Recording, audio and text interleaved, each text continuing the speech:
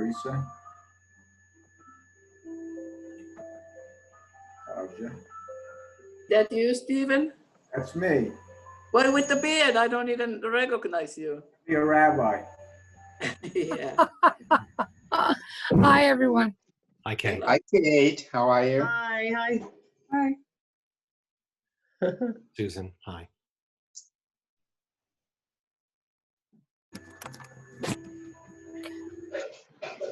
Hey, Stephen. How are you? Hi, Teresa. How are you? Hi, Alan, Stephen, Susan. Well, I'm sorry we had to cancel the in-person. I know. You know, my girlfriend who's a doctor, she said she thought it was probably not a good idea. Yeah. There's an uptick in New York and small groups do spread the virus. But I wanted to open the meeting tonight. Oh, Kevin's coming.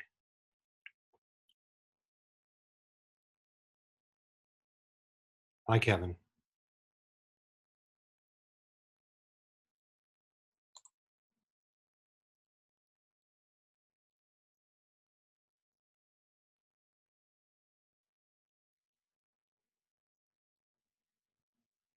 Okay.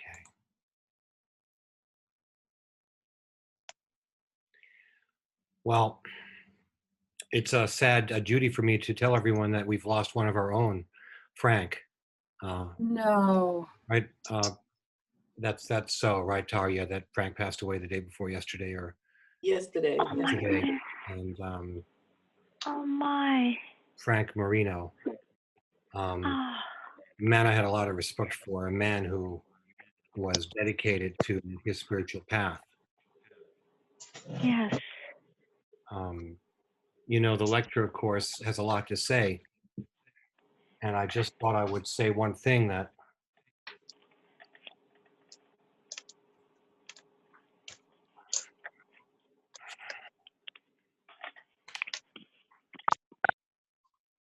on page 3, the guide says, perhaps we should begin by pointing out how painful and fearful duality really is. That's a reality. And it is painful and fearful to be here in this world of duality.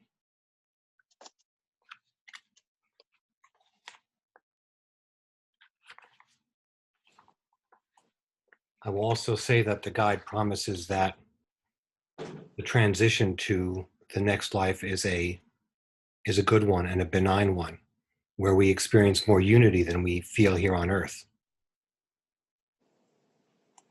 And that's really what this lecture is concerned about. But Tarja, would you like to say a little bit about Frank? Well, yes. As I mentioned, Frank passed on last night. And before that, he has been fighting for over a year. He had a cancer, liver cancer. And he was going up and down with it. Some days he was feeling better, some not. But then within the last month, it got worse and worse, where he was pretty much unable to even move with all kind of problems that he had. So we were kind of knowing that he was going to pass. So so it was no surprise, but it's still, when it happens, it's kind of like a shock. The shock that it happened just now. So I think that this was just a great lecture that we had tonight, because it was just talking about that kind of stuff, about the continuous struggle and cease all the struggle. Because I guess it's just the human life is all that, and I guess he stopped the struggle in that way. So I'm happy that he's not suffering any longer and he's in peace. So I hope that you know, he'll feel the same way, whatever, in what capacity he has at this point. Thank you. That's really the key to the lecture, which is the right way and the wrong way to struggle, right? I mean, the way to struggle, which is to pursue your path of purification, your own personal path of self-facing. And then the way not to struggle, which is to become involved in vicious circles, I think, and to become involved in compulsive behavior and to become involved in avoidance.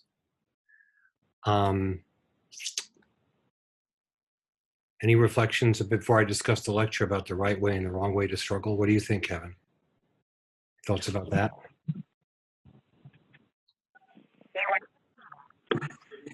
You put me up first, huh? What? Sorry, I had myself on mute. Well, first, I just because I didn't say anything yet, Tarja, I just wanted to wish my sincere condolences, both for you and for Frank, and Frank's family. Yeah, it touches my heart to hear that his struggle came to an end here, but as you framed it, yeah, it's very meaningful in the light of the passage tonight.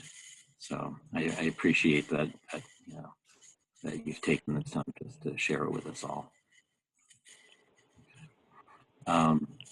Yeah, honestly, beside that, Alan, I don't have much to share up front on the lecture tonight. I just want to say that I can see Frank sitting in Tracy's living room, and I really wish I could see that one more time. Yeah. It was a joy to have him there, Taya. And I'm sorry that we can't see him again, but I'm sure he's and this is so I'm very sorry that for your loss. I love the way that he tackled the lectures and the spiritual path. You know, him being, a tough guy, sandhog, construction guy. I think he looked at the path. I was kind of flattered that this is a nuts and bolts guy who was looking at the pathwork as something nuts and bolts-ish, which is really what it is. And the guide keeps talking about how the pathwork is about the most mundane realities of your daily life. Like, for example, I just had a couple of very high blood pressure readings a couple of days ago. So I kind of flipped out a little bit. Well, I got nervous about it.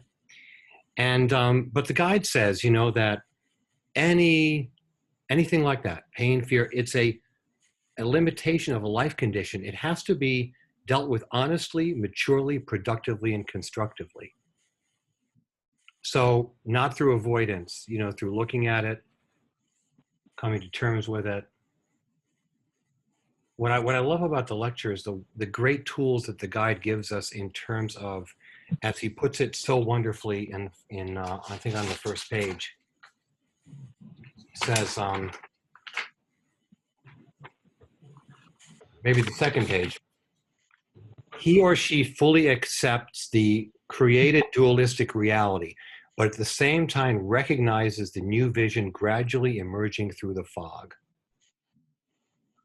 So that is what we're doing. We glimpse it kind of emerging through the fog. The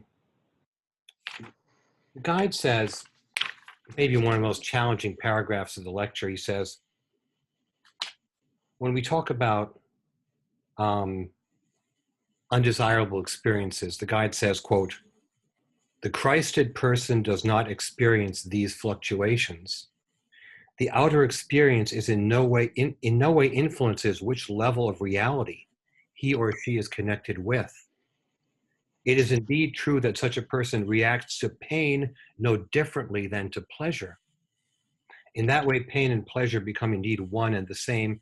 To put it differently, such a person transcends duality." Can anyone talk about experiences where they felt that way?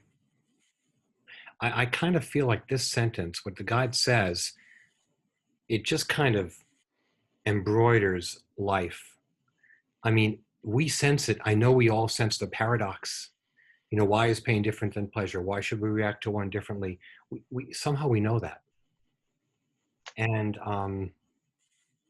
what do you guys think? Have you ever felt times where you felt there was no difference in how you reacted because in some sense you felt a unity underlying both? I was meditating once a number of years ago, and I had terrible pain in my leg because I was sitting the way you should sit, and I wasn't really good at it. My leg was killing me. And I just said to myself at that time, somebody must have told me this, go into it, go into it, go into it. In other words, don't resist it. Jesus said, resist not evil, but go into it. Don't resist it. Damn it, man, a major pain. Gone. Totally and completely gone. And that is not, and the resisting, not resisting part is so important, to accept and not fight our world and what we're living in at all times. Yeah, Alan, to share something akin to Kay's description, but not on the physical side, but more on the thought side, the thinking side. I tend to be an overthinker. I tend to be an overanalyzer, and it's my pseudo solution to a lot of trying to make defenses, let's say, to construct the part of me that I want to show, right, to the world, as it were. And it happens maybe more so in work than a lot of other places. But yeah, today was a day, to answer your question, today was a day where it, well, miraculously dropped away during middle of the day. I was doing some reading and watching some stuff and doing some meditation. And in that process of getting ready, I was taking a shower, and in the process, a few thoughts went through my mind, and just suddenly things just started coming clean. They started falling away. All of the concerns and the posturing and the way to put things in emails the proper way, what questions I should answer, what questions I should put away for another day because I don't have the answer. It all just became, I don't know, laughable, I guess is the best way I could put it. I kind of embraced my ludicrousness or ridiculousness in, this ego or this form. And I just started laughing uncontrollably to the point of like tears were coming out of my eyes. And I didn't want to stop. I just wanted to keep going. It just felt so liberating and free today. So it was an experience that took me by surprise. Juan, I know you've experienced some feelings of unity. Oh, yeah. Yeah, I was going to share, in relation to that, this state the guy describes, this state of unity is such an important thing to me. And this is state of, being with the pain rather, as you said earlier, than, staying away of, trying to escape it. I have been trying to practice that, in actual life. And, there's once or twice actually that I even went to the dentist, and I actually deliberately told the dentist not to numb me when, he was working on my tooth, because I wanted to practice that. I wanted to really be with the pain and really just observe, the pain while it was there. And, this is not an easy thing because, of course, thank God he was not doing an extraction like you did earlier. But, he was working on, tooth or, cleaning it or, covering a cavity or something. But the pain was excruciating, actually. That was so strong that, tears were running down my eyes. And the dentist was like, yeah, you sure? You don't want me to numb you? I was like, yeah, no, don't worry. Do your thing. And because I wanted to really experience that, just to really basically sit there with the pain. And to be honest with you, as you observe, as the guy says, that the way to really connect to this state of unity is to really observe, this duality, the pain and the fear, and just be with it, just observe it and really experience it while it's there. And so in this experience with the dentist, I observed that as I just really concentrate, because it's very difficult to do this because, you tend to shrink. And I noticed that shrinkage is one of the first reactions to fear. Whenever you are fearful, you shrink, your body automatically shrinks. And then you really feel the pain if you allow your body to do that. But I have realized that if you actually sit with the pain and just like breathe in and expand the body, like expand the abdomen, with the solar plexus, that area, like expand your belly, you don't feel the pain as much. And I practice that often. And even when I usually take cold shower, I don't even, more often than not, I don't take a, warm shower. And I noticed that when I first go into, into the shower, and the body automatically, that's the first reaction. It shrinks. And if I catch my body shrinking, I expand my belly, and I just breathe in and expand. And, I tell you the truth. It's like, I hardly feel the cold water at all. And, if I maintain myself in that state, I really it's really as enjoyable as if I was taking a warm shower. And I practice that often, even when I'm doing exercises, or, a leg is numb. I just observe, and I just, instead of shrinking, I just stay there and observe that pain. It's like, observe how we feel, the sharpness of it and everything.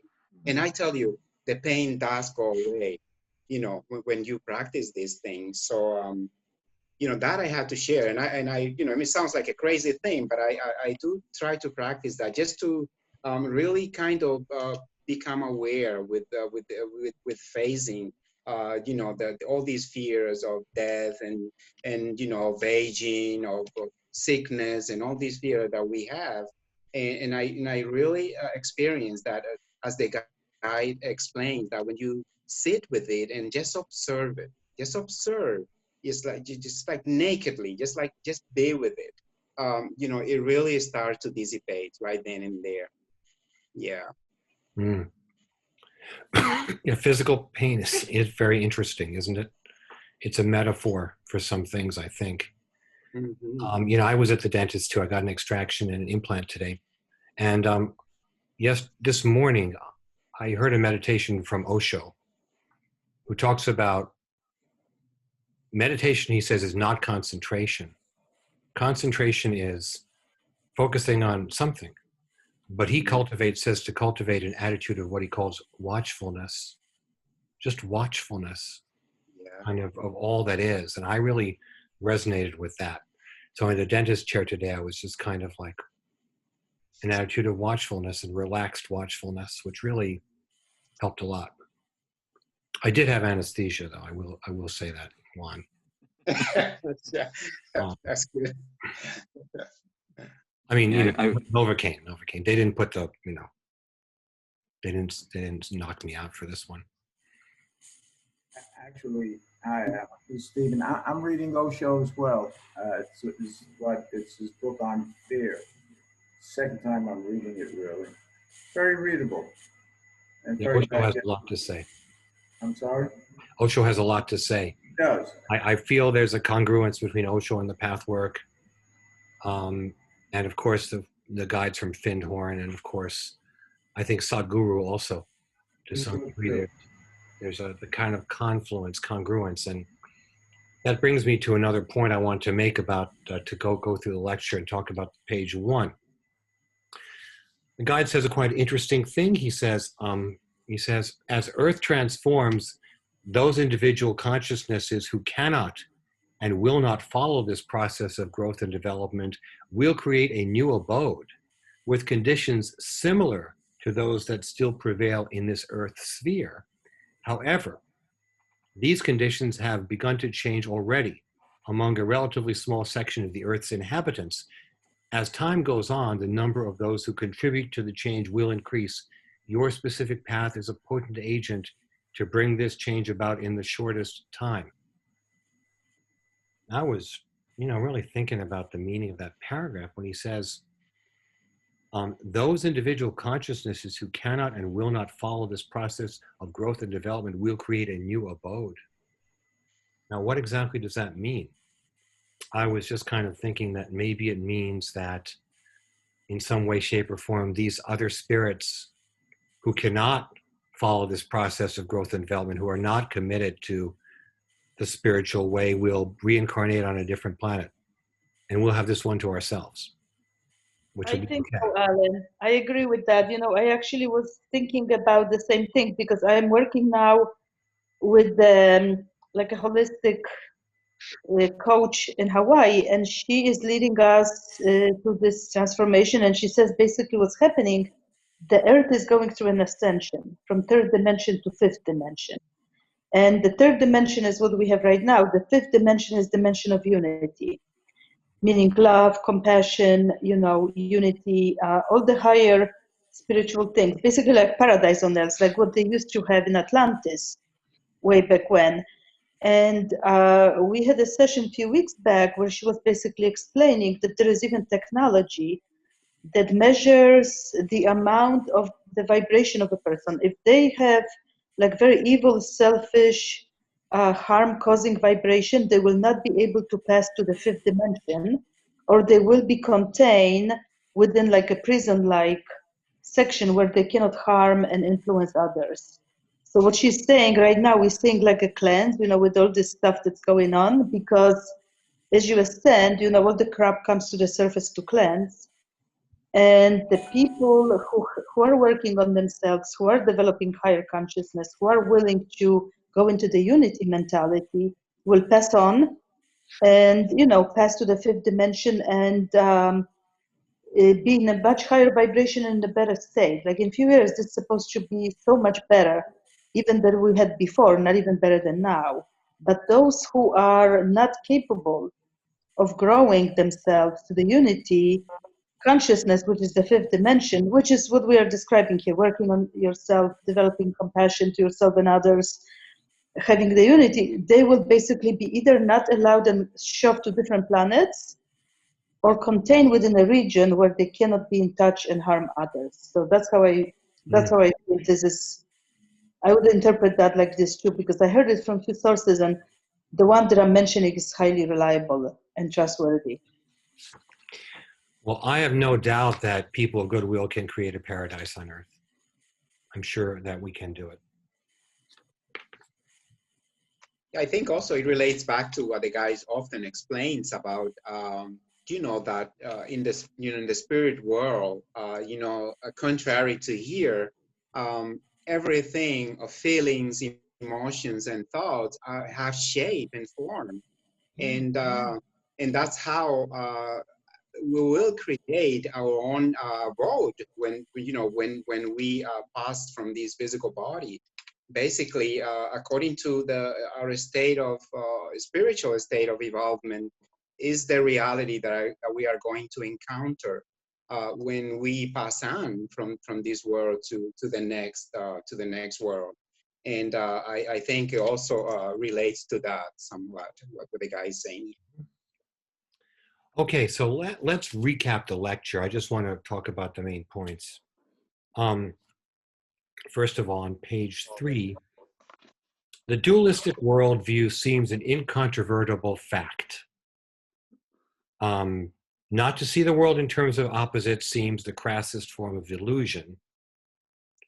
And it is true indeed that on the level of appearance, duality is a fact. Life seems to die. Evil always lurks somewhere in the shadows, no matter how much good also exists. Light opposes darkness, night opposes day. Where there is health, there is also sickness. And the guide actually says that it's an aberration to pretend that this doesn't exist. Some people try to pretend that it doesn't exist without embracing duality. To do that is to escape. That's evasion.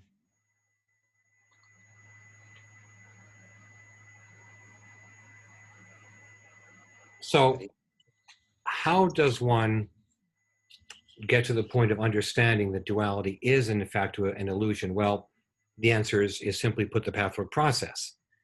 It's the change of consciousness, he says, depends entirely due to an intensely personal purification process that, to begin with, always deals with the most mundane matters of your practical life, with your attitudes toward them and toward your surroundings. Practical everyday matters are always an expression of inner, subtle, and finally spiritual attitudes. So, you know, whether I have high blood pressure and I react to it, whether I have a quarrel with my girlfriend, whether something doesn't seem to work out, I get into a car accident, all these mundane, straightforward realities are things that matter. We cannot escape from the circumstances of our lives and our relationships. So he says, the path is not only compatible with your daily life, it is a discovery and an expression of the most subtle spiritual or anti-spiritual attitudes. So the nuts and bolts pathwork that Frank Marino embraced, you know, bottom line stuff, you know, 2x4s, concrete, you nails. These are the things that the pathwork is. The pathwork is about the nuts and bolts of living. So the guide, as I mentioned before, on page 4, guide says most human beings, you see, you don't want to realize, first of all, we don't want to admit the pain of the world of duality. He says on top of page 4, a child may hardly feel his painful conditions because he doesn't know what other better conditions might exist. We've habituated ourselves to a certain amount of pain and fear. We don't really understand or believe that something different could exist.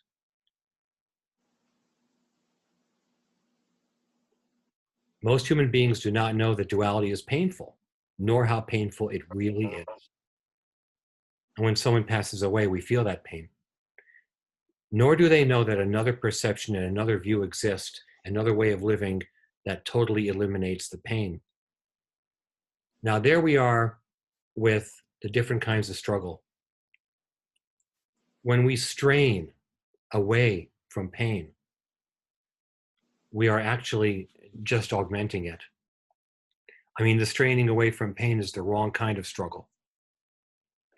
He says, if you try to eliminate a specific strain before the purification work is fully part of your daily life, you will skip important steps, and the process cannot take place in an organic, grounded way.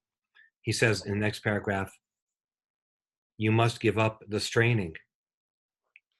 Yet how can I say to you, do not wish for happiness as opposed to suffering, life as opposed to death, health as opposed to illness?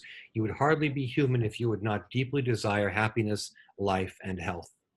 But there is a state of mind in which the straining relaxes, in which the undesirable can be dealt with in an almost similar spirit and attitude as the desirable. Now, I think that's something that we always try to practice in the pathwork, right? I mean, the guide says all the time, right, tirelessly over again, that something that apparently is good may really be bad, and something that is really bad may really be good.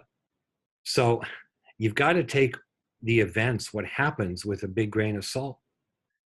And I mean, that's common sense. I mean, anybody would agree to that with that statement.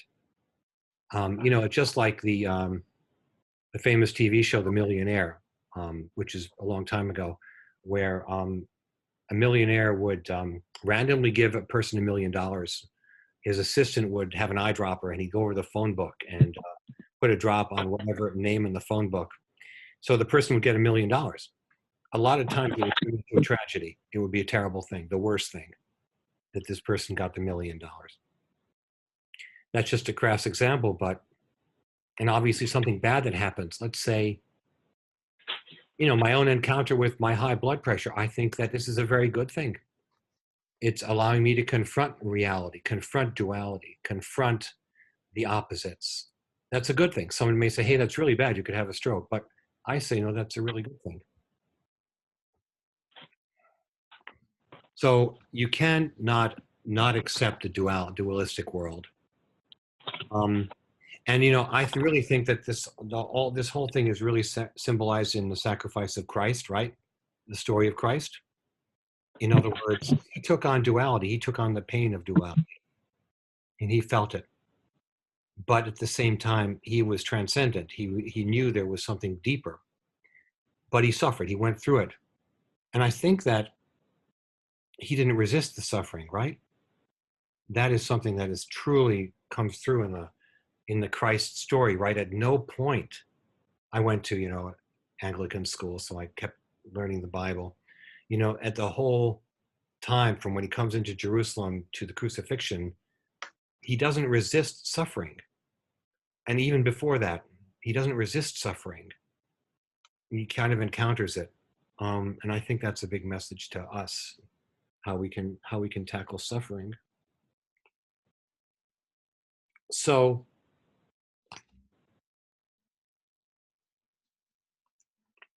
the guide talks about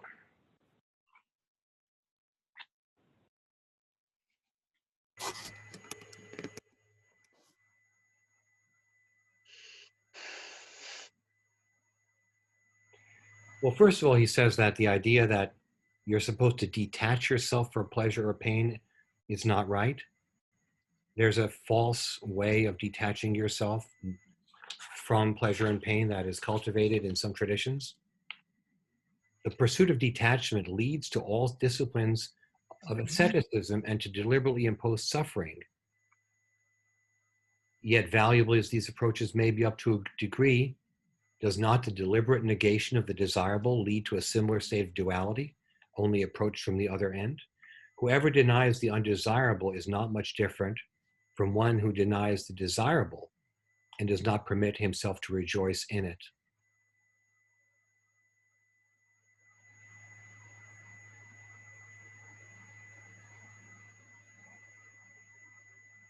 So Yeah, as now, you're, I'm sorry. yeah, as you're talking, I keep thinking that, you know, it sort of is like that quote that says we live in this world, but we're not of this world. So it's like you have to live in duality because that's where we live. But it doesn't mean that that's who we are.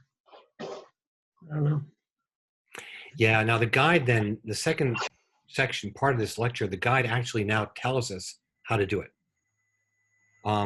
He says, first of all, he says that, hey, it would be virtually impossible to start out with an attempt to feel the same way about two opposites.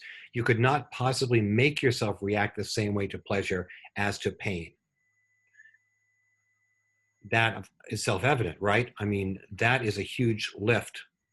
I mean, there are some yogis, right, who allegedly can do such a thing, but it's beyond our ken. But then the guide says, how is one to start? Now he explains how to start. It's in the bottom of page 5. He says, the way to go about it at first is to stand back and truly observe your reactions to pain and pleasure, to life and death. These reactions contain a great deal of material that you need to see clearly, but you generally ignore. Your reactions have become second nature. You can't see the forest for the trees.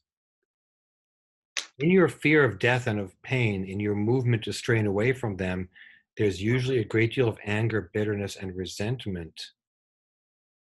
These feelings are not directed toward a specific person or deity. They form a more general, diffuse, but nevertheless quite distinct state of mind. So what starts out, in other words, you're unable to feel the pain because superimposed over that pain is a anger, bitterness, and resentment. So the guide asks you if you can relate to that, where that comes from, to make these reactions conscious. In other words, I think the guide often says that, hey, you know, it's like, why me? Like, is there a part that says, like, why me? Why am I suffering? Why am I being singled out? Or why does that person seem to have an easy life and I have a hard life? I have a stepson in Colorado who keeps talking about how all these kids have girlfriends and they drive these fancy cars and they have wonderful lives. And I say, hey, Jared, it's not really like that. Why are you resenting it? Why are you angry? So the question is, what gets overlaid over the reaction to pain? What kind of larger superstructure is it that we erect over the reaction that we have to pain, over the pain and fear? He says, an ordinary person may feel it's a symptom of insanity to rile against what life is known to be. How can you reasonably resent the existence of death? How can you be angry about it? How can you be angry that you, like all other human beings, fall occasionally ill and suffer pain? Yet there exists a rage toward life and creation in all human souls before realization of the unitive, deathless, painless state has been attained. That feeling, as if it were articulated, how can life, God, be so cruel as to impose at the end of one's existence an inevitable event that is unfathomable, that is totally unknown, that is deeply threatening because it may be the end of one's being? So who can relate to that feeling? I think it's hard not to feel that way sometimes, at least sometimes. Now the guide delivers a broadside against atheism. Boom. He says, atheism is the movement that cuts off any sensibilities and sensitivities to the perception of deeper and different realities. I mean, that's a pretty strong statement, right? And basically, he says that atheism is the denial of the knowledge that a spiritual state exists. I was reading this book by Carl Sagan, who's a great scientist and an atheist also. But the thing about Carl Sagan is that even though he debunks mysticism, crystals, things like this, he is full of the wonder of the universe. He's full of a sense of awe about creation, about nature. So I think that's spiritual. Maybe Mr. Sagan didn't admit it, but there was some kind of connection, obviously, if you just read any of his writings, that he has to the spiritual. So the guide says you can't deny the fear. Denied fear creates more fear. Denied longing and desire create anxiety, not peace. Only the courage to go through these feelings will purify them until they emerge as gold does in the hands of the alchemist. Both the fear and the desire will become a driving force in the most positive sense to find your longing, to find that in your longing exists a kernel of true knowing about the reality of fulfillment. So, and Tarja, I thought about this sentence when I heard about Frank. He says, from this state of transmuting your irrational feeling comes first slowly and with many interruptions, a state in which you want life, not because you fear death, but because you know there is no death. You know that leaving the body brings a better life. And this, this is like the most wonderful credo of spiritual people, I would say, which is there is a vast difference between hanging on to life because you fear annihilation of all you are and all you have become, and affirming life because you cherish the task your life on earth means. That's such an important sentence, right? I mean, you see people, a lot of people who are holding on to everything they possibly can. Like they say, you can't take it with you, right? But that's not the reason to live. It's not because you fear annihilation of all you are, all you have accomplished, or all you have gathered or collected. But you hang on to life because you cherish the task your earth life means. That is a super wonderful way to look at it. And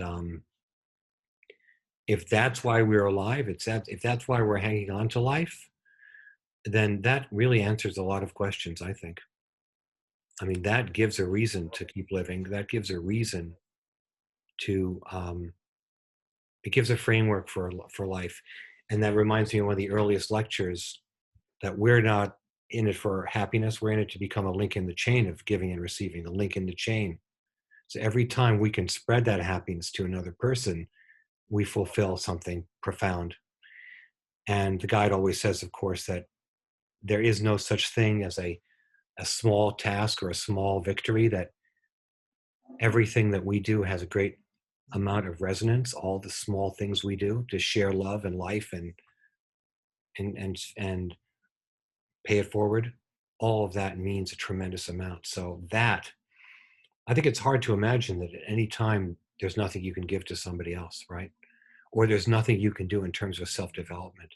There's always something that can be done. And I think this is why it's also so important to care for people who are old or even dying, because it's beyond what we can imagine in our narrow blinkered view of the world of who has something to contribute and who doesn't. Every moment of existence is valuable, important, critical, really.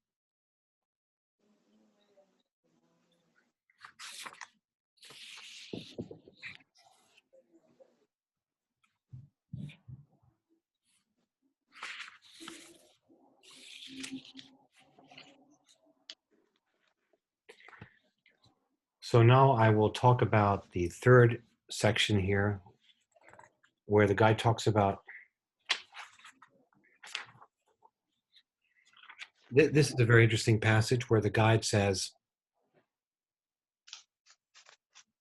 about duality. Even if you defend against pain, even on the deepest, if you defend against pain, even on the deepest psychic level, a tightening occurs that prevents healing.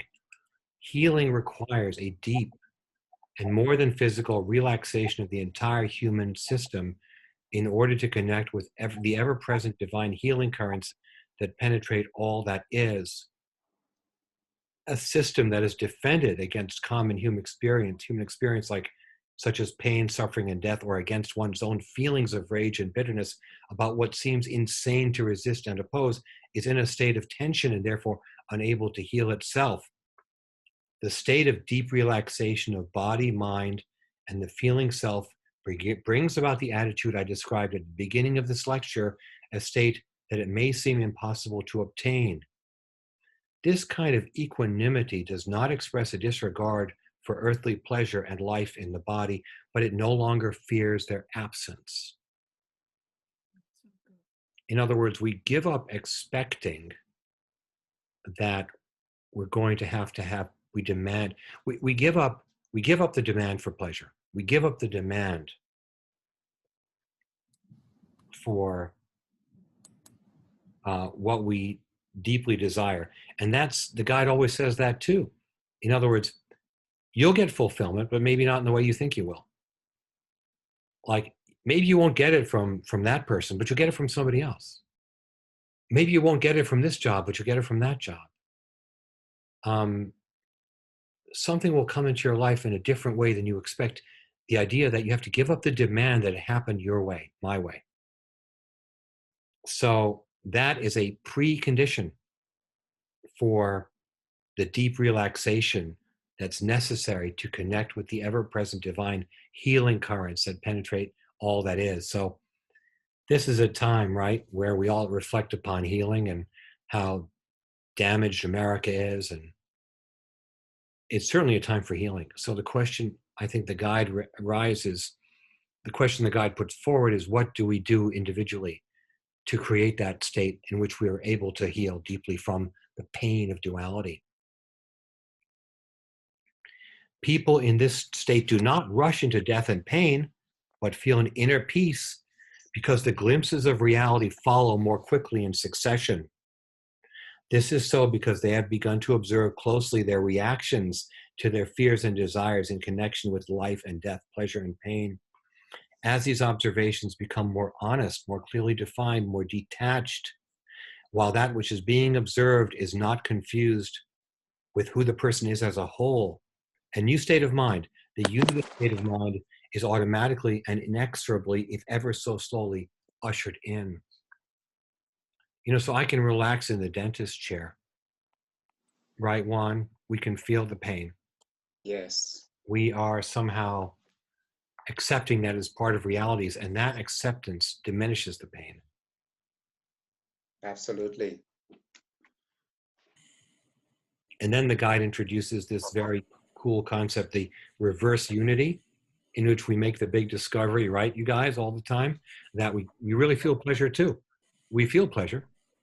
We fear pleasure in the same way that we fear pain. We don't think we fear pleasure, but we really do. Because when pleasure comes, we're often not ready for it. Or often there's another part to it that is painful or difficult to accept. So this is, I think, the key, that once you understand that you fear pleasure as much as you fear pain, you're way on the way to really feel the unity of both of those things. The unitive state underneath the pleasure and the pain. And you see that when you kind of feel into when you have that recognition, then all of a sudden there's a greater pleasure that comes forward, where you feel that you're not striving, you're not stressing. It doesn't have to be your way. That you accept the pain, you accept the pleasure, and somehow deeply you feel a glimpse, as the guide says, through the fog of the unitive state, where there's only pleasure, there's only joy, there's only goodness, there's only liberation, there's only freedom. And somehow that kind of deeply anchors you in this greater reality.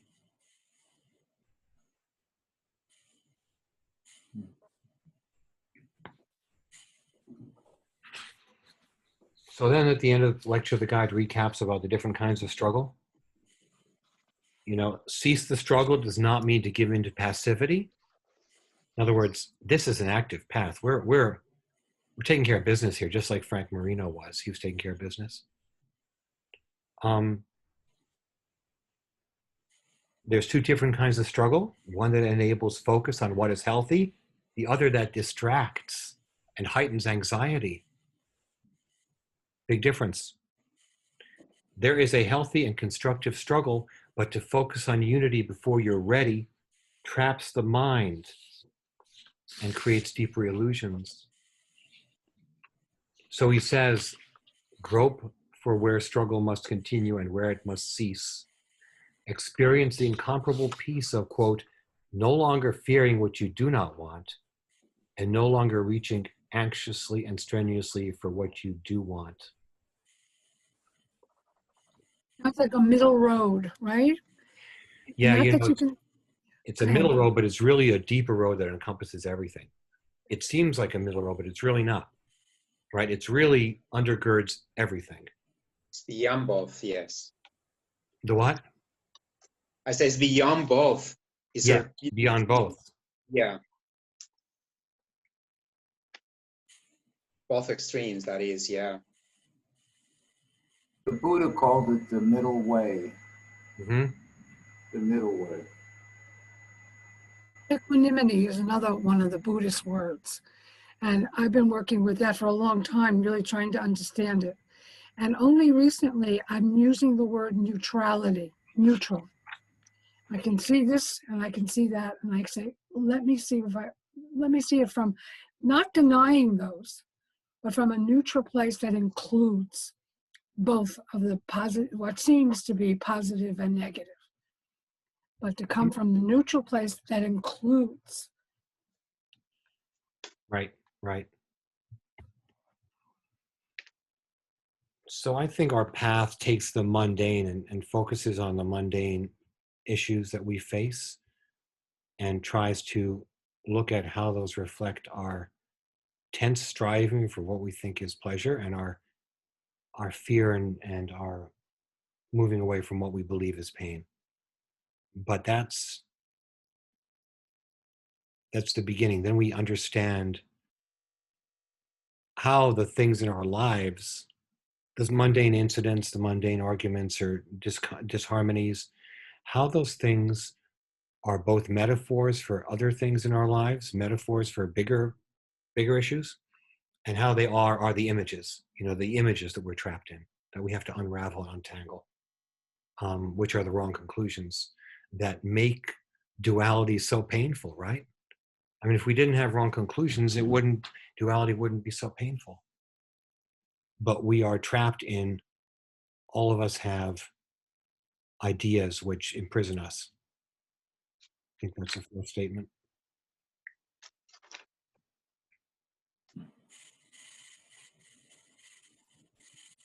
Yeah, it's very important. I don't know, the way I understand this is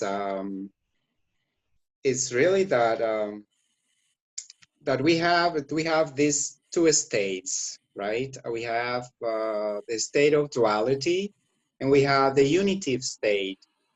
And what happens to a lot of us is that especially us, those of us who are on the spiritual path, very often it happens to us. And and I mean that we have this cover, right? This absolute reality, this state of unity where everything is beautiful, where everything is love and harmonious and all. And we want to get there.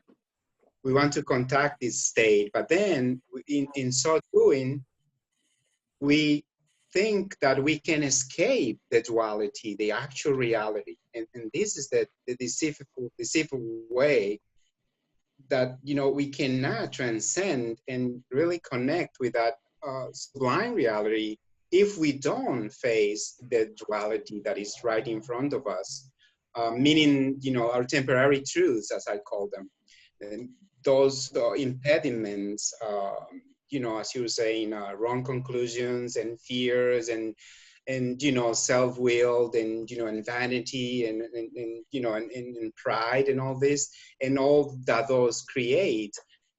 It is only, the way I understand it, by really not jumping into that beautiful reality, but basically take our everyday struggles and interactions at work or with each other or with family, and really use those as the bridge to connect to those areas that are hidden within, that we need to face and overcome. And that's why we create Mhm. or attract these harmonious situations in our life, because by transcending them, by facing them, and you just like without trying to escape with any kind of maneuvering, just nakedly encounter them and face them and deal with them. Either they bring pain or pleasure or whatever it is, it does not matter. The thing is to face and encounter those situations. And by going through this painful reality, as they will be sometimes or very often, it is the way that we are going to connect with that reality that is right underneath or right beyond, this pain that we are so fearful to encounter.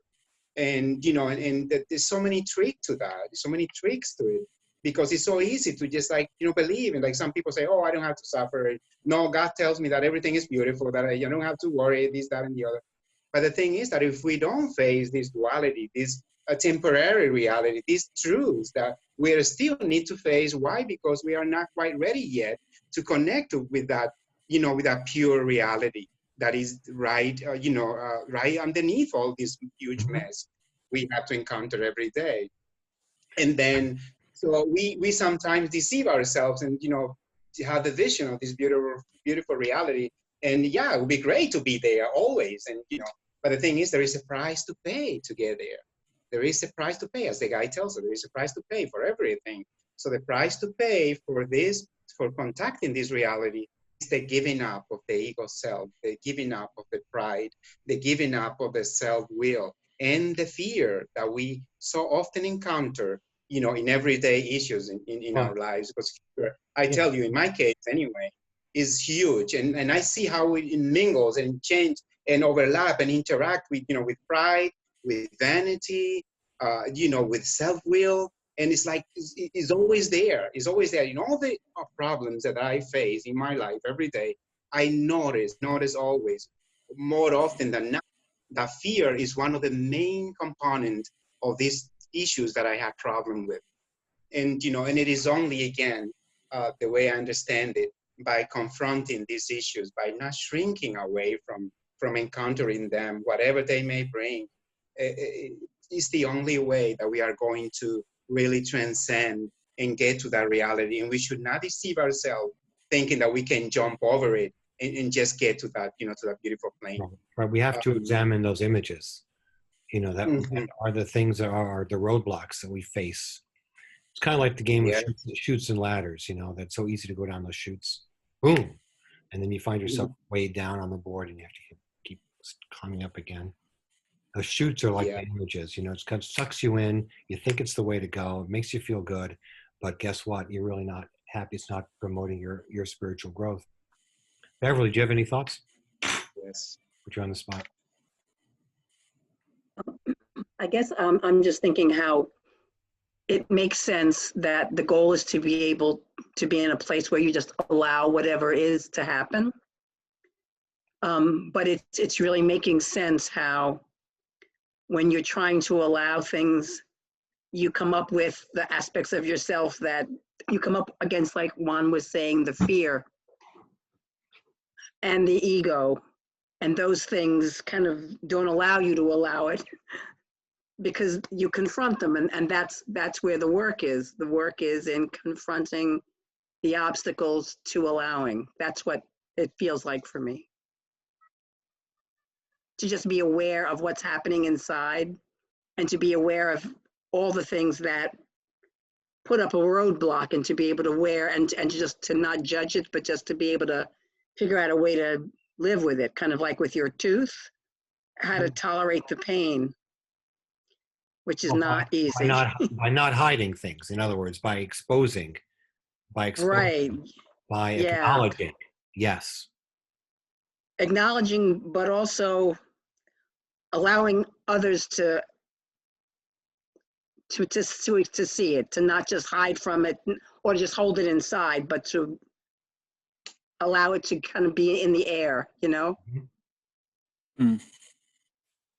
That's just what I'm thinking. It's a nice metaphor, or I like the way you put that. Let it be in the air. That is such a perfect sounding way to say it. I'm glad it makes sense. Rita, Yeah, it feels right. It really feels right to the experience of it. Rita, it's good to Yeah. see you. Anyway, Hmm? I was just saying hello to Rita. She just joined us. Oh, okay. Susan, have you any thoughts? Would you like to say anything? Sure. Yeah, hi. Yeah, I was thinking in terms of the struggles. Whenever I'm presented with a struggle, I think of it as maybe not right away when I'm in the thick of it, but you know, what's the lesson? What do I need to learn from this? And I know that I've moved through it when I get to that place of equanimity. And I had written down that word in the beginning. I had a feeling that's where it was headed. On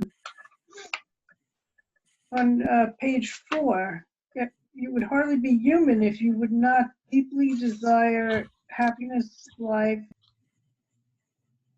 health. That paragraph, and I just wrote Yes. down equanimity. And then later, it was where they were heading with that. I mean, I see this big difference in myself when after I had a life-altering fall down a flight of stairs, and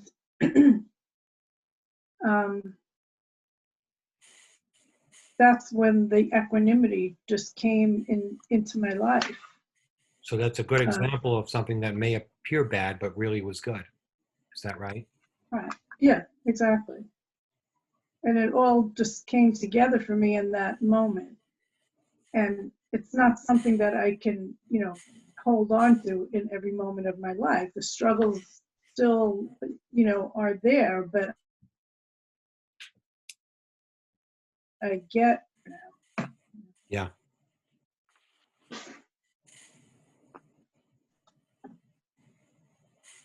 Many people reflect on how very difficult experiences have really been very positive for them, very beneficial and spiritually nourishing.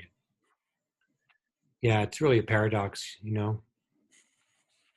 When people have a lot of hardship and adversity, very often there's a lot of good that comes out of it.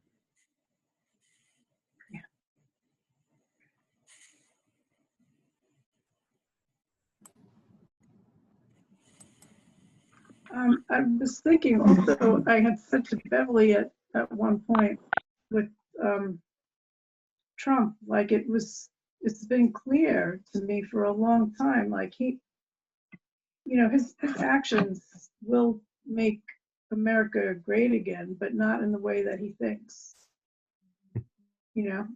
Good point.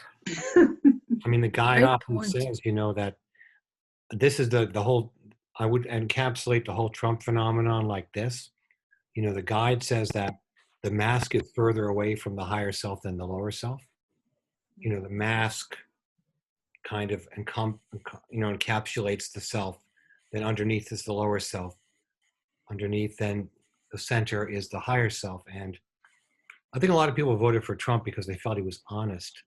In some funny sense, right? Even though he's a liar, you know, he cheats and all this and that. They felt he was more honest than the other politicians, right? I'm not a politician. So in a sense, they're rebelling against the mask of all the secret stuff that America did, all the BS, You know, we knew it was happening, but nobody ever admitted to it. Well, well, guess what? Trump shows up, he admits it. And so the lower self, there it is. Boom.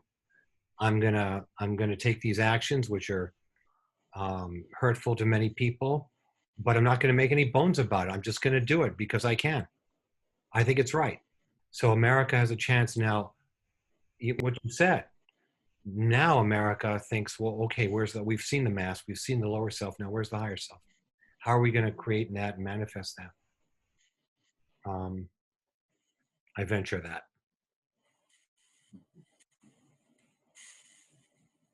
So Trump could be sent here to allow for the unfoldment of the higher self of America.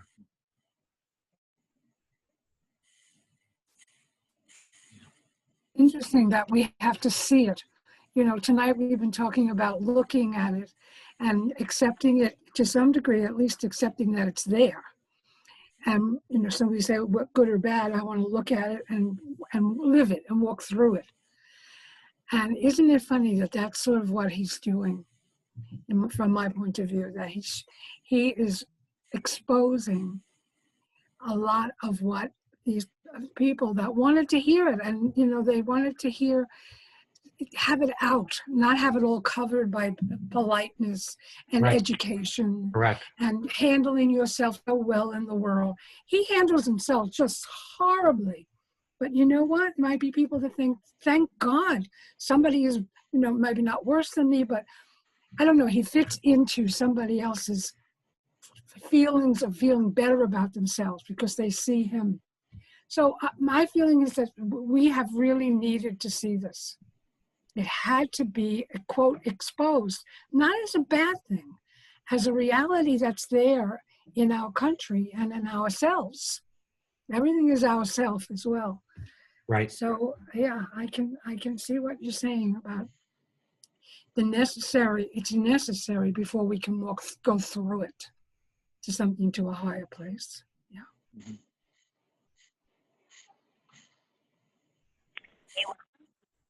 Hi, this is Marion. I'd like to comment. Hi, Marion. And hi everyone. And first of all, to have that moment, Tarja, to mention Frank's name, because I was so deeply touched that I got to meet him. And there's that saying, what's in a name? I thought, yeah, it's a vibration. And so I feel it really weaves through this meeting tonight, that vibration. And I feel I just wanted to connect that way because that will continue our oneness. And from the topic tonight and everyone sharing, which I really appreciate, is I can only, you know, looking at myself personally, is I appreciate so much what the guide differentiated between intellectual and conceptual, and the intellect being just part of one's defense, except where it's used in a healthy way, balanced. But the other is conceptual is our roadmap. And in my roadmap, I'm so grateful because I have studied so deeply my personality defense type that is brought up in the Reason, Will, Emotion lectures, and that my divine aspect, the dominant one, is more open-heartedness. And so then my defense would be emotion, seeing life through the lens of emotion. And even though I have the wisdom side, and I also have, I'm a divine creator. So my whole life being what's common with my personality type is a lot of codependency, giving my power over to others. And I'm so grateful for the deep, deep study of this, because now with what's going on here on the planet in my personal life is that I know that on the unconscious of me being, very good and the good girl and the good mother, the good this, the good that, is a lot of repressed rage. And so that was so liberating for me to find that out many years ago. So now in my relationship with my, as the guide said, we have God is principle and God is personal, not a person, but personal. So my personal God within. I have my various beautiful names for that, and my beloved and other names. And so having the conversation, so when I get still, it's like what God says in here, you know, in quiet and out of the stillness, there's that phrase, out of the stillness comes the voice of God. So I'm so grateful that during my day, I can stop and get quiet. And I was taught that surrender is the highest form, and before entering into the unitive state is surrender, is that I can ask, I declare each day that I will only take actions where I have been given orders from God. And so I am having kind of fun with that. So in this transformation, it's important to have some fun and lightness. And so, because it's certainly got a lot of heaviness. And so I stop and listen, and I say, okay, what's next? What is the next order? And it might be, you know, go do the dishes, clean out the sink, or it might be something else, or do whatever it is. And doing that, and when I complete it, well, and what's the next order? So I'm having kind of a lightness of being with that, as my opposites have come together so much of pain and pleasure. And I differentiate suffering. When I'm suffering terribly, it's when I'm totally identified with being a human being. And it really is insane. That's when I feel insane. And so with these tools that I've been given in the path of, through meditation, prayer, and other, teachings that I have too, but it's grounded in the path. And that is how to deal with my lower self. So with me being so much a good girl, I put that in quotes, for me to express my killer, my one that wants to murder everybody who doesn't show up the way I want them to be, or shoot them, it's been so liberating, because I turn it all over to my higher power. I say, I am triggered by so-and-so. Like, these are the closest people. I'm talking about children and grandchildren who don't show up the way I want them to be. But when I know that they trigger it, they don't cause anything in me. It is so liberating. And I can tell my God self within, I'm now going to use this tool to express my lower self so that I may be let go of what has been stored in my cellular memory, and therefore be filled with your light, love, and light and life.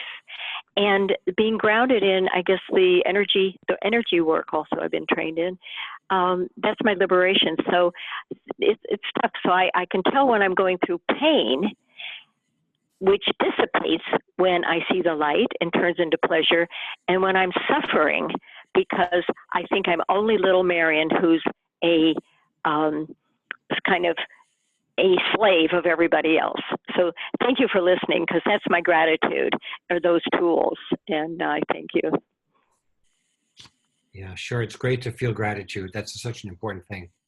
My girlfriend meditates on gratitude every morning. That's something I aspire to do also. Because the guy does say that we have to confront these things every day, right? Yeah. The guy Right. talks about the quiet hour in one of these lectures, which is not necessarily 60 minutes, but there's time every day for self-reflection, for spiritual reflection. I like a lot what I mentioned earlier about Osho, what he said about watchfulness, a kind of state of watchfulness. Anyway, hey, who hasn't said anything? Hey, Rita, do you have any thoughts? I'm glad you're here. Hi, Alan. Hi, everyone. I was actually on the call since the beginning, so I heard everything. I was on the phone only before. I am so sorry for Frank's passing, but I'm sorry. I guess having lost my dad recently, I'm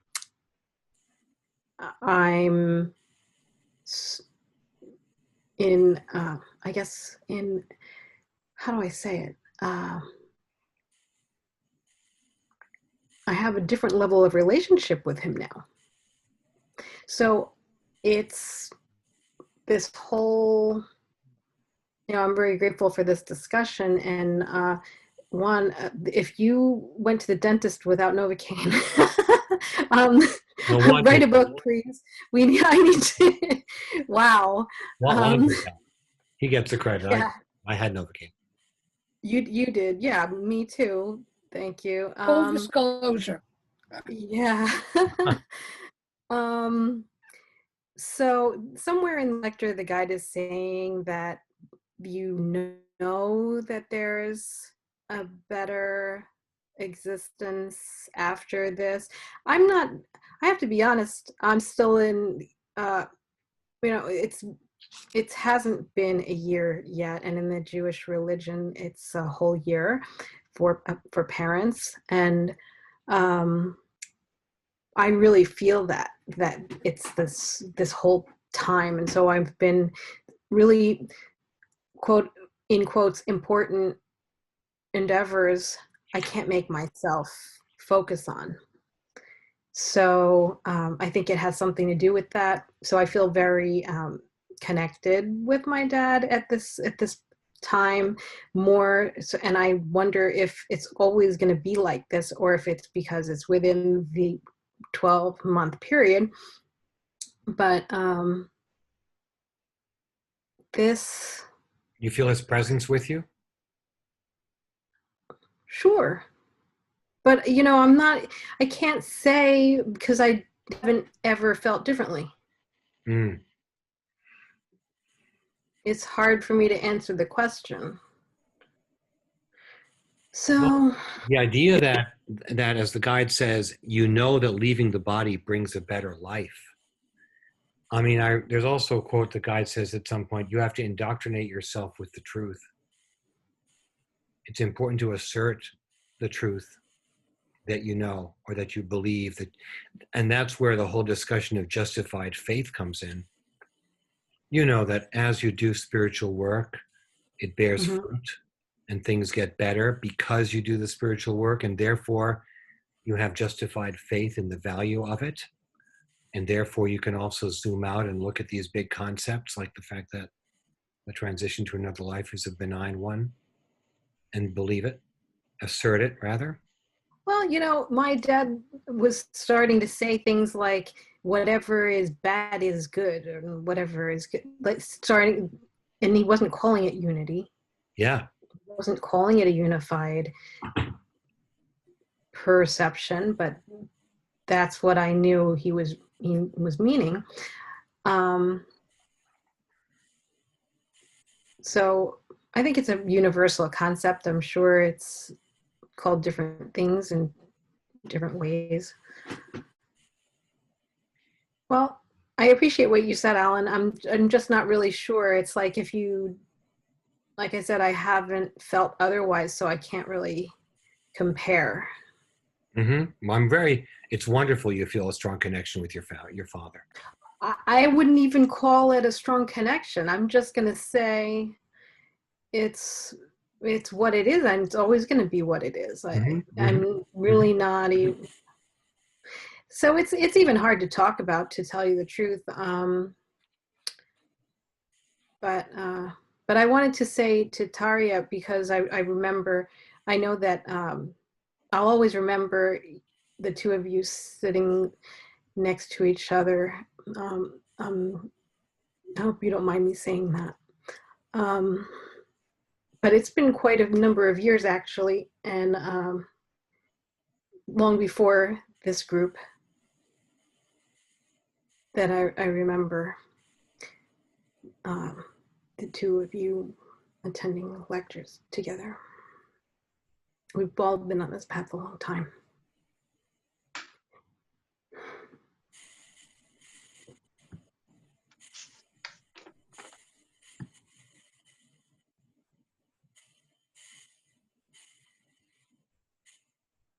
Thank you, Rita.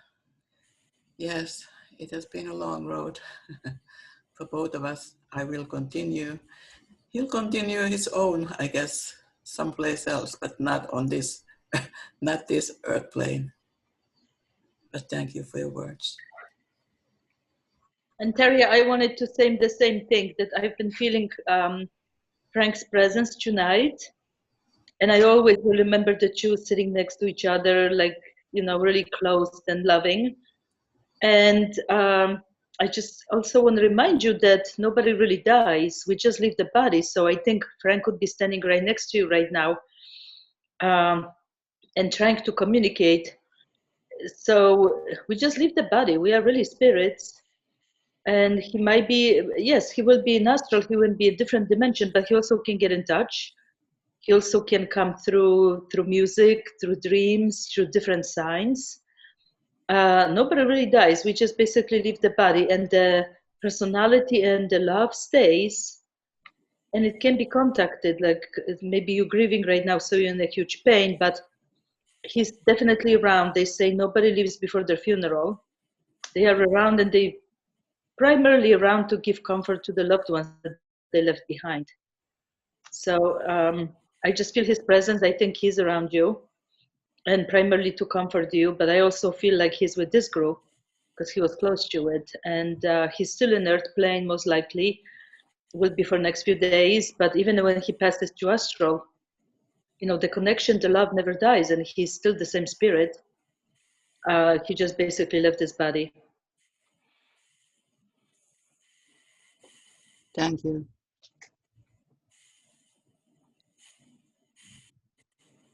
I also read, Terry, I just want to express my condolences to you. You know, Frank was a very good soul. You know, he always was there and quiet and reflecting at everything that was discussed. And then he would so openly express his opinion disregarding, you know, what we may feel, we agree or disagree with it. And I think that was very genuine of his. And that's something I would always remember, how he will just, you know, well, I feel this is the way I feel. And, you know, I see from this angle. And, you know, and I really, you know, even took the time afterwards to just talk to him because he was in the, you know, in the food industry as I am. And, you know, we had things in common to talk about. So I can say that, you know, he will be missed. And, but I certainly personally believe that, you know, as the lecture says today, on this paragraph here on page 6 that Alan read earlier, dying is nothing but a moving from one place to another, really. I genuinely feel that. I really, I mean, as the guy says, we all have, even subconsciously, this fear of death that we are not even conscious of. But I do, as I keep working on myself through the help of Pathwork and the helpers and everything, I really you know, have become used to experience this reality and really feel intuitively this conviction, and almost like a reality to me at this point that, you know, when you leave this body, just one moving from one place to a better place, that is, because we will no longer have these barriers or the physical grosser matter that prohibits us from really connecting to that invisible reality, to that kingdom of the spirit, which is so much easy accessible when we are not trapped into this body, into this physical body. So I can say that I didn't know that Frank had passed on, but I will pray for his soul. And I know for certain that he will feel those prayers, and he will feel those thoughts of love and kindness and courage that we can send him, even perhaps more acutely as it did when he was here in this physical body, you know, his physical body. So it's a great thing to know. And I know that, you know, it's not easy for us to, you know, human to let go of a loved one, because, you know, we no longer have that physical presence near us to talk to even just look at. And it's a hard thing for us to just let go of that.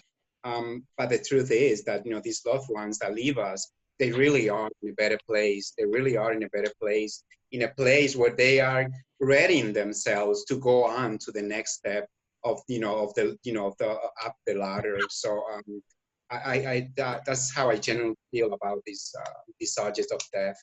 And you know, again, my condolences to you, and my prayer and love and, you know, and kind thoughts and courageous thought will be with Frank, you know, from today on, because I have realized that, you know, he moved on to the next level. So I just wanted to say that, yeah. And may God be with you also and give you courage and you know, the understanding that, you know, God is love, and this love is what unites all of us, really, either we are in this world or wherever, whatever sphere we may be at.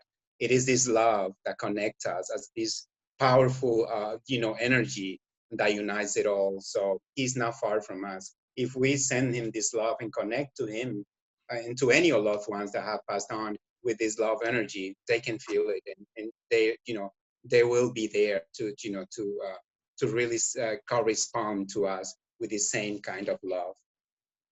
I just wanted to share that, and again, my condolences to you. Thank you very much, Juan. You are welcome. Very nice. Thank you. But I just want to say thank you for coming tonight. It was very generous of you to come. I'm very happy that you shared with us what's happening in your life, such an important thing happening. So thank you so much for coming. Yeah, and Taria, if you need any Mhm. practical help with something, please let me know. Okay. I can help you with anything. I have to just tell you that I would like to show myself if my camera would be working. It's not that I want to hide, but when I go to the Zoom, I have to buy a new camera, or if there's other kind of problem in my computer. So that's the reason I'm not there, because I am there. You know you're here. Yeah. Yes. Thank you.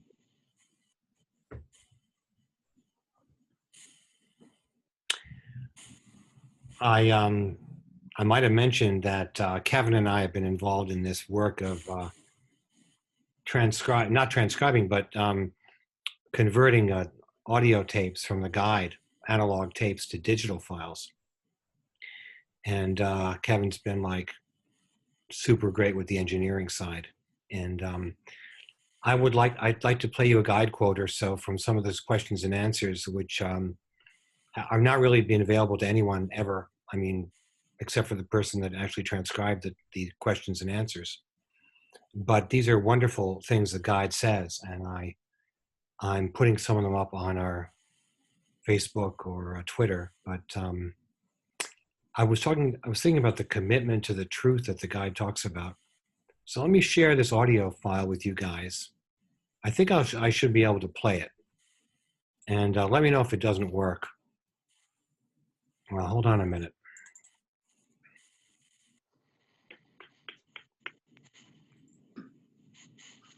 Let's see now.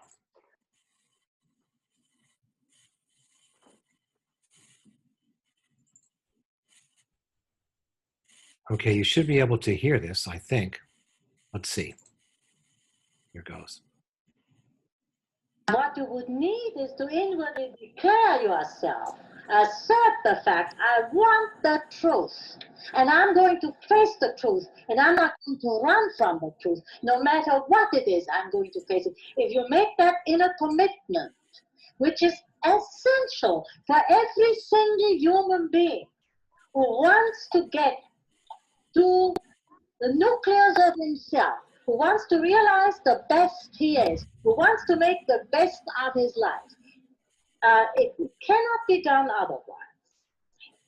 Everything else is an evasion of that and must lead to disappointment. So therefore, no matter what way you choose, no matter what help and who and what outlet you choose, but if you are really desiring. Sorry about that. Hold on. Can you hear it okay? Good to hear it. Okay, here goes. Yeah.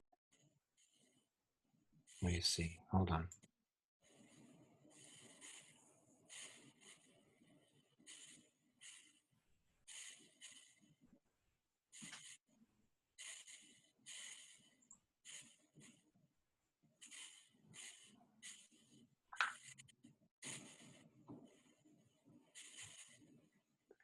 Not sure why that audio cut off. I'll try to make it work again.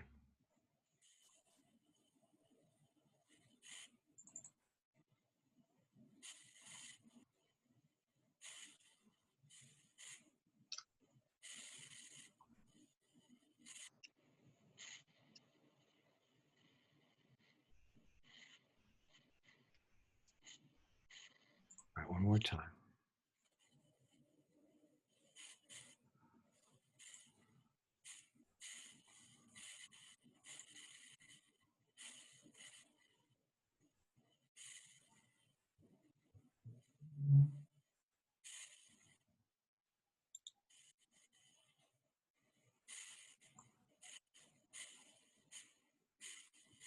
What you would need is to inwardly declare yourself, assert the fact, I want the truth, and I'm going to face the truth, and I'm not going to run from the truth. No matter what it is, I'm going to face it. If you make that inner commitment, which is essential for every single human being who wants to get to the nucleus of himself, who wants to realize the best he is, who wants to make the best of his life.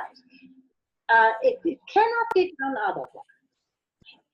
Everything else is an evasion of that and must lead to disappointment.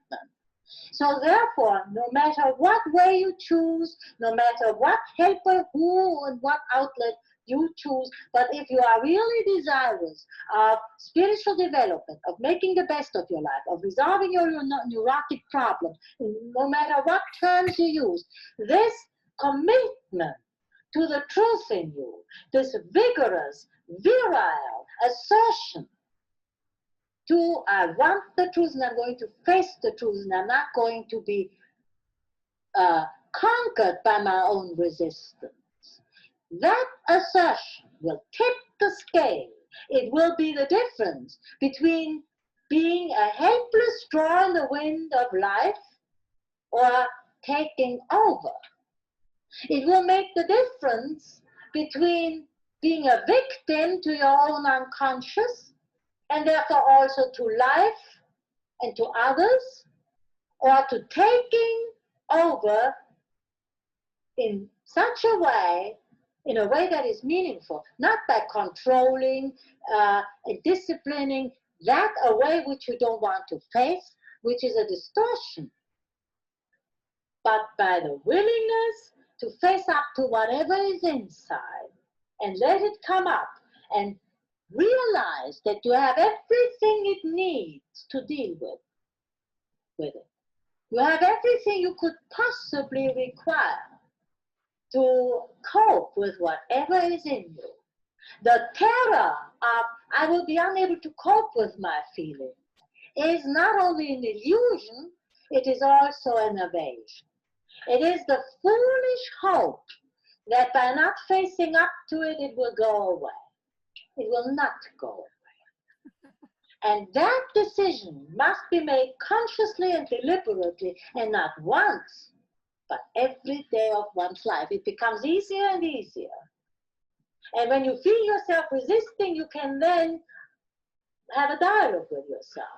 You can say, you can speak to yourself, can say, this is foolish. I am not an ostrich.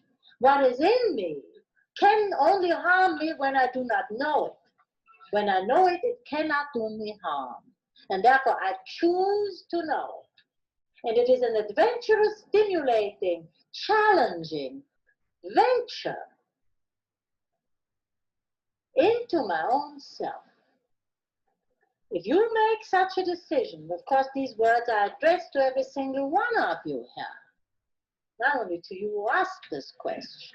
If you make this commitment, and if you assert this and thereby mobilize the strength that is in you, you will have gained an immeasurably important foothold, and you will indeed successfully go through this threshold you feel yourself on.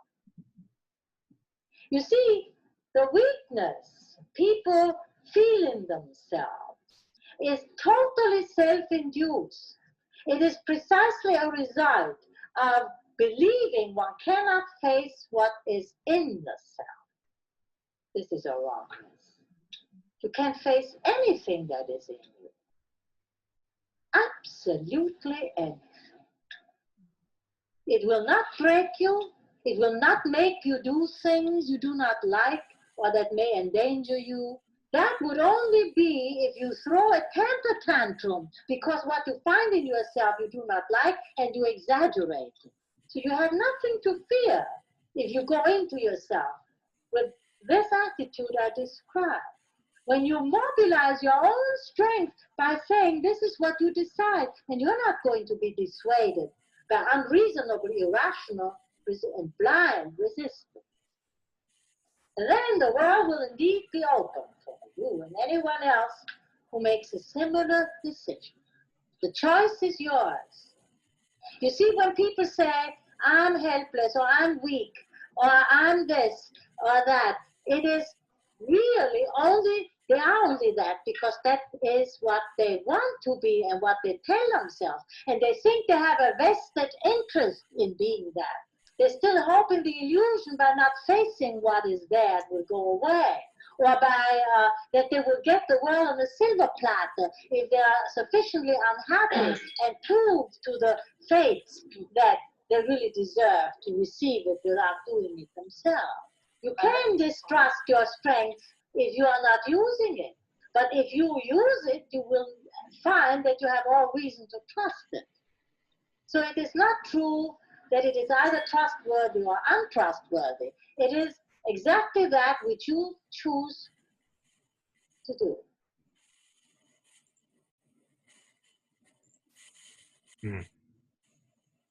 That's from a question and answer session in 1969. That's incredible. Very powerful. That's the you feel the vigorousness of, you know, the guide is really saying, Yeah. kind of like it's showtime, you know, it's really up to you. Yeah. Alan, Thank which you, Alan. lecture is that? It's not from a lecture. It's a question and answer session. It's only available on Kindle. It's only a transcript of that is available on Kindle.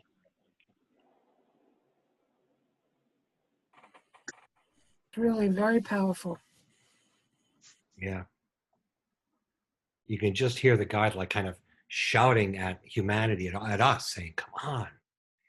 You know, like a coach right on the sidelines saying, come on, this is what you have to do. And don't believe in your weakness, right? Don't believe, you know, that, you know, understand your motivation. You want life on a silver platter. You want to be miserable so that then you can feel justified that you're owed this because you're suffering so much, or you're, you know, kind of thing. I also like the word commitment. Mm-hmm. That's very strong, telling us that we have to make the commitment and be serious about it. Right, and not only in every day, he says. Yes. Every day you have to do Every that. day. But don't kid yourself. Yeah. Yeah, that commitment word is very powerful word. I mean, we even see that in actual life, in everyday life, and even professionally. You know, if you don't commit yourself to a profession or even to a love relationship of any kind, any relationship of any kind, if you don't, you know, apply that commitment, you won't get any result that is worthwhile. So that is, I think it's more, all the more powerful and useful here on the spiritual path, because it is out of that commitment of giving our whole self into it that we are going to, you know, to obtain that result, that desired result, you know, which is, you know, tapping into that, you know, that state of unity that we are discussing tonight. Form of giving yourself. You're literally that's why it's so hard, because you're literally giving yourself. Of course, you're getting a lot more than you're giving, but the giving is hard to say, I give all of myself to this commitment. That's right. Yes, yes. But it's so necessary.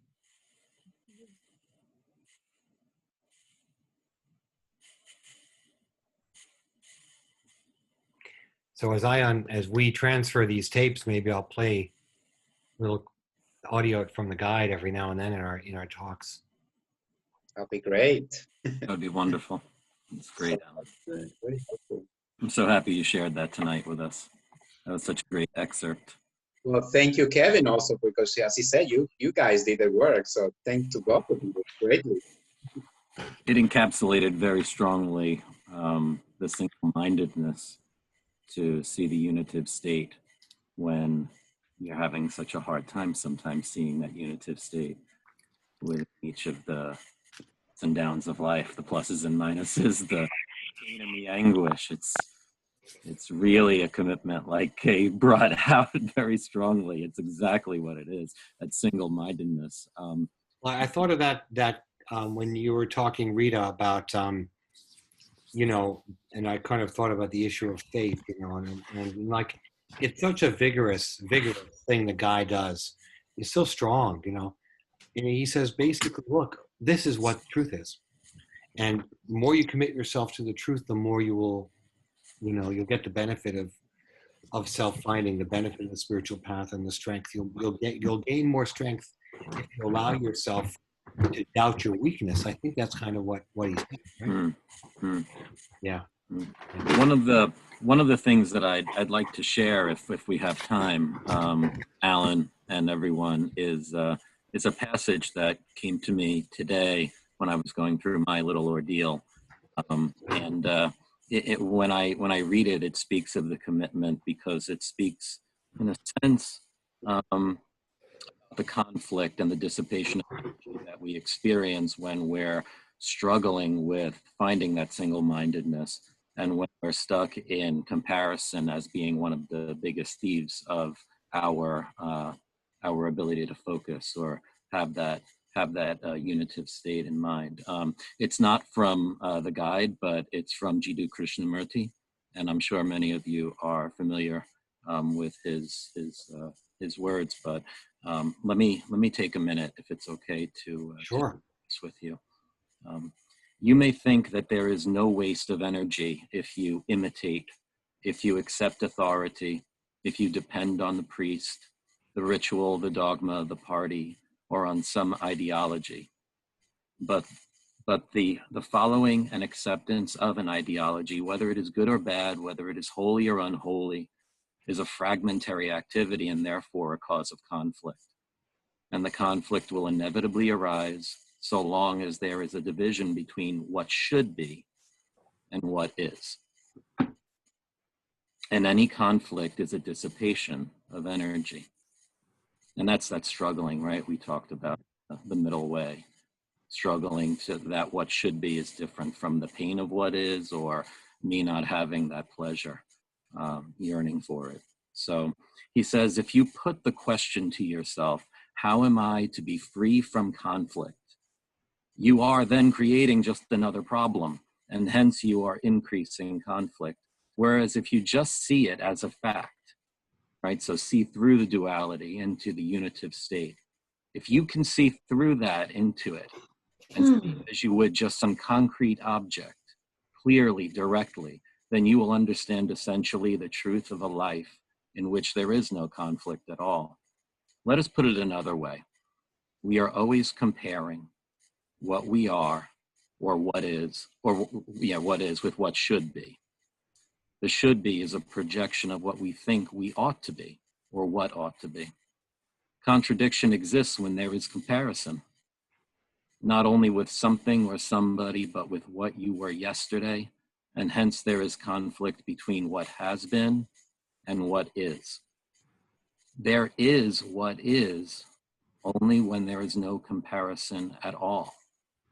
And to live with what is to be peaceful. And there he's talking about that Osho meditative mindful awareness. Watchfulness, yes. Really, that watchfulness, without judging, without comparison, without conflict internally, just embracing that moment. And maybe for me, that would be not overthinking it, but for others, it might be allowing that pain to be felt. Then you can give your whole attention, which is that commitment, right? We go back to the commitment.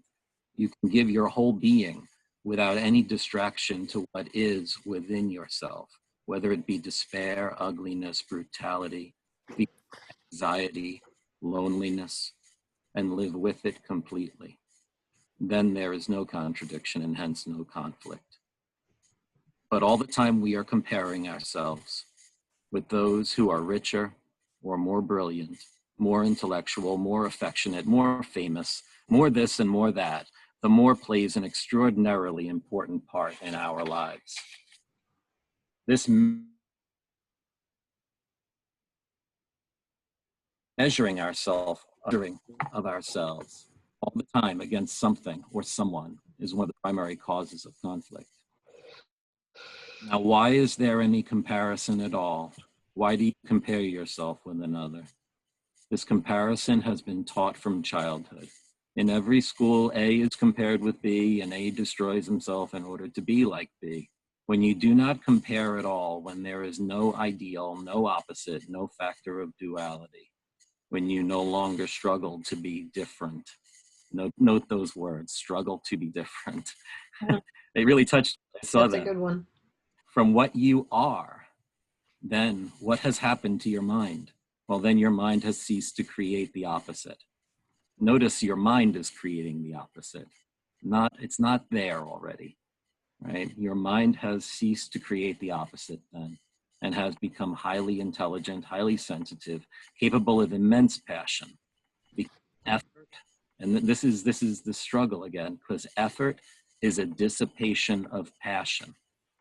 Passion, which is vital energy, and you cannot do anything without passion.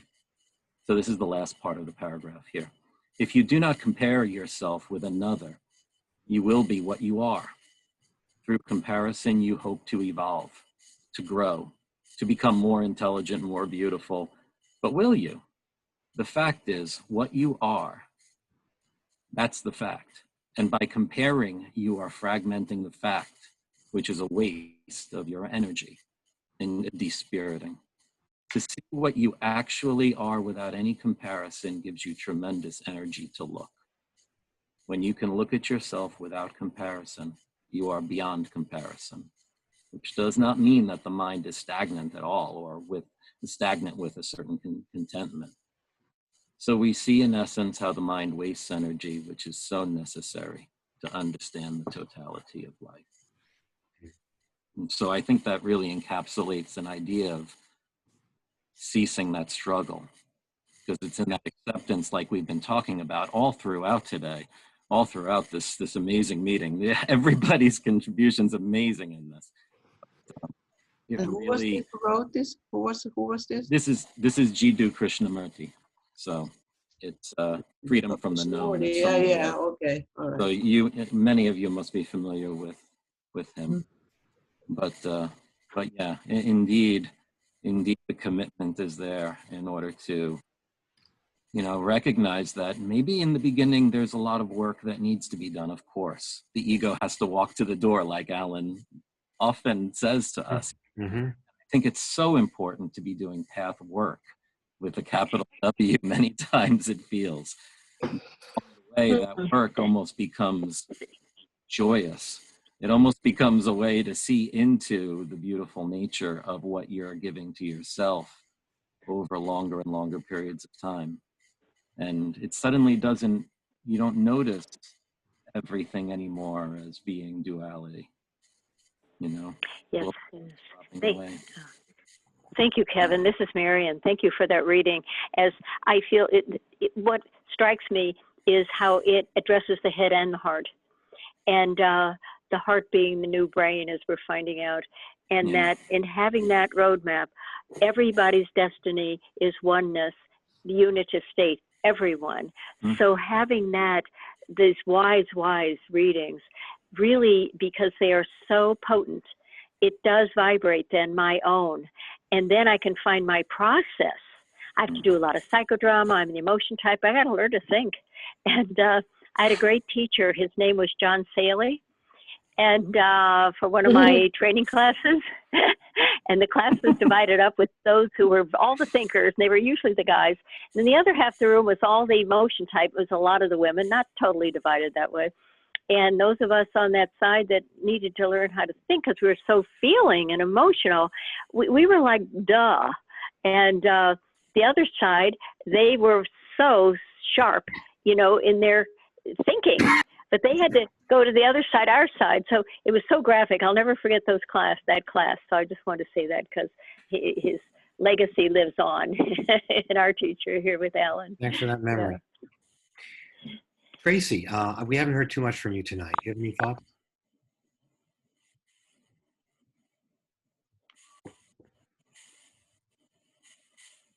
Tracy. Maybe she has trouble hooking up the phone thing going on. Okay, am I unmuted? No, you're good now. Yeah. Now you're good. Good. God, My phone has really been giving me a hard time tonight. Well, yeah, I mean, I could go so many different ways. I guess I would just want to start with echoing that this has been an extraordinary meeting, and I've been listening. I've been, in constant observation of myself, and tonight's been no different, in that I've noticed that I have really been riveted to every word that everybody has said, and the sharings tonight have been among the most powerful that I've experienced with this group, and it's been such an enlightening meeting. And I can't help but think that Frank might have something to do with it, that it's a kind of a coincidence that we are all so tuned into our higher selves tonight. He's only been passed over not even 24 hours. So I've been really thinking about Frank since Taria told me earlier tonight that he had passed over, and I was coming back to one of the things that the guide had said in this lecture, which is that you really have to pay attention to the everyday things. And the connection is that in the bigger things, for example, in Frank's passing, you immediately accept it, and you don't really flail against it because you know there's nothing you can do to change it. But we flail against the little things in life, and that's where we get into to conflict with ourselves and with others and with life itself. And that's where the opportunity is to really see the bigger, by seeing the tiny little, ding that you get from this or that or whatever. You really, if you look deeply within that, you see, the big knot, the big image that lies beneath it. So these little things, which we don't immediately accept as we do something major like the death of a loved one, we fight against it so much. And so I really thought that part of the lecture tonight, I mean, of course, this lecture is an amazing lecture, as they all are on many different levels, but that one little nugget that the guide shared, I've been really meditating and reflecting on. So I think, that's really what I would have to say tonight. Thank you, Tracy. Does anyone else have something they'd like to share? Yeah, Stephen, I just like to say it's nice being with everybody. I spend a lot of time alone and self-quarantined and stuff like that. My life's pretty much nomadic. I travel a lot and still do to some extent, not as much as before. It's just nice seeing familiar faces. For me, life is, I don't know, life is life. And I don't follow the Pathwork Lectures quite as closely as you, the plural you. But I find that life is good for me. And there's a lot less suffering now because I don't try so hard. And I think what Tracy said is really true, it's the small thing. And the small things really get me. And then I just think that, I guess in honor of Frank, and I'm sad. I'm really saddened by Frank. He and I used to chat every now and then in meetings. And we talk about Florida and stuff like that. And I'm sad. And that's part of life. And to open up to that sadness makes me more three-dimensional. And unlike my friend Juan, I take warm showers and use a lot of painkillers. Because I think life's painful enough. So I mean, I don't have to endure all that stuff. But if Juan's going to find nirvana by not taking painkillers, bless him. I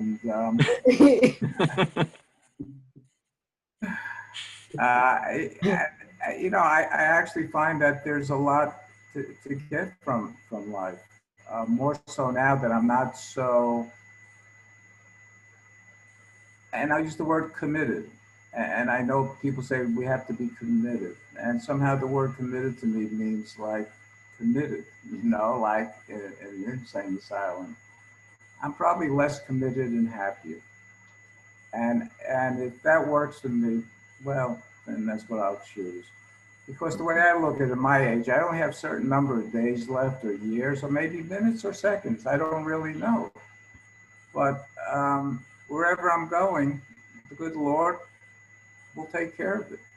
And I don't have to buy a seat on that airplane. So I'm not too worried about it. And that's the way I face it. And I just want, again, I really want to thank everybody, because my life has been elevated today by being with everybody. And I just feel a lot better. It's more of a smile. And that's it. And in terms of Tarja, if I'm pronouncing the name right, I'm with you in whatever way you need it. And I'm sorry. And Frank touched me. Short time I knew him, he touched me. That's it. Thank you.